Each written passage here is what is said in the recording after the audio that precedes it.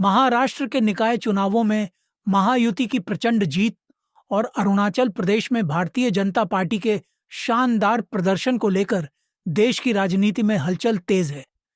इन नतीजों पर नरेंद्र मोदी ने प्रतिक्रिया देते हुए कहा कि जनता ने विकास, स्थिरता और सुशासन के एजेंडे पर एक बार फिर भरोसा जताया है।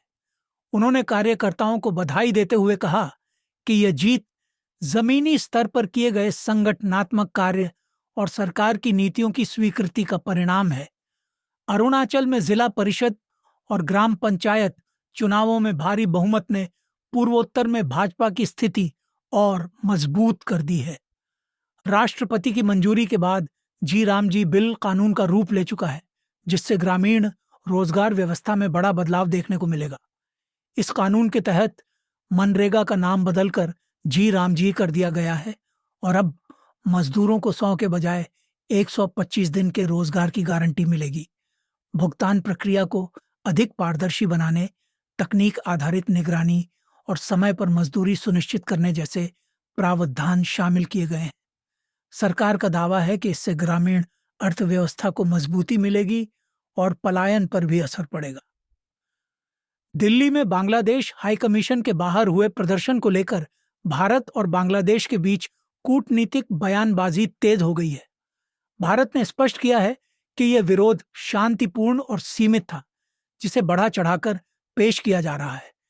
यह प्रदर्शन बांग्लादेश में एक हिंदू युवक की हत्या के विरोध में हुआ था। विदेश मंत्रालय ने कहा कि सोशल मीडिया और कुछ बयानों के जरिए भ्रामक प्रचार किया गया, जबकि ढाका ने इस घटना को गंभीर बताते हुए आपत्ति दर्ज कराई है। भारत बांग्लादेश सीमा पर तैनात बीएसएफ जवान वेद प्रकाश के अपहरण की घटना ने सुरक्षा एजेंसियों को सतर्क कर दिया है। घने कोहरे का फायदा उठाकर बांग्लादेशी गौतस्करों ने जवान को सीमा पार ले जाकर बांग्लादेश बॉर्डर गार्ड को सौंप दिया। घटना के बाद दोनों देशों के बीच फ्लैग मीटिंग और कूटनीतिक बातचीत शुरू हुई। अधिकारियों के अनुसार जवान सुरक्षित है और उसे जल्द भारत वापस लाने की प्रक्रिया चल रही है। यह घटना सीमा प्रबंधन और निगरानी व्यवस्था पर सवाल भी खड़े कर रही है। रूस ने अमेरिका और यूक्रेन के साथ संभावित त्रिपक्षीय बातचीत की खबरों को सिरे से खारिज कर दिया है। राष्ट्रपति व्लादिमीर पुतिन के सलाहकार यूरी उशाकोव ने कहा कि फिलहाल ऐसी किसी बैठक की कोई योजना नहीं है। यह बयान उस समय आया जब यूक्रेनी राष्ट्रपति ने ट्रंप, पुतिन और जेलेंस्की के बीच वार्ता की संभावना जताई थी। रूस के इस रुख से स्पष्ट है कि यूक्रेन युद्ध को लेकर कूटनीतिक समाधान अभी दूर दिखाई दे रहा है। वेनेजुएला मुद्दे पर ब्राजील के राष्ट्रपति लूला डी सिल्वा ने अमेरिका को सख्त चेतावनी दी है। उन्होंने कहा कि यदि अमेरिका ने वेनेजुएला में सैन्य हस्तक्षेप किया तो इससे गंभीर मानवीय संकट पैदा होगा और यह अंतर्राष्ट्रीय व्यवस्था के लिए खतरनाक मिसाल बनेगी। मर्कोसुर शिखर सम्मेलन में दिए गए इस बयान में लूला ने क्षेत्रीय शांति और संवाद के जरिए समाधान पर जोर दिया और दक्षिण अमेरिकी देशों से एकजुट रहने की अपील की। अमेरिकी राष्ट्रपति डोनाल्ड ट्रंप द्वारा चीन की राजनीतिक व्यवस्था की तारीफ किए जाने से नया विवाद खड़ा हो गया है।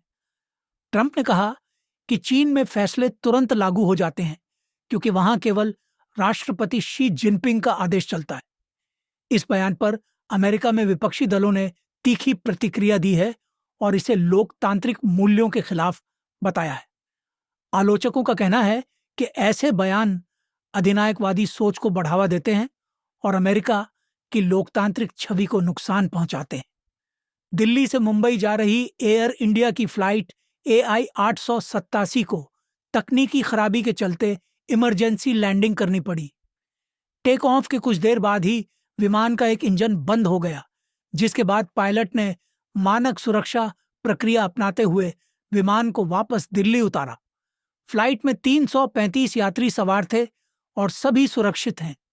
एयर इंडिया ने यात्रियों के लिए वैकल्पिक विमान की व्यवस्था की है और मामले की तकनीकी जांच शुरू कर दी गई है।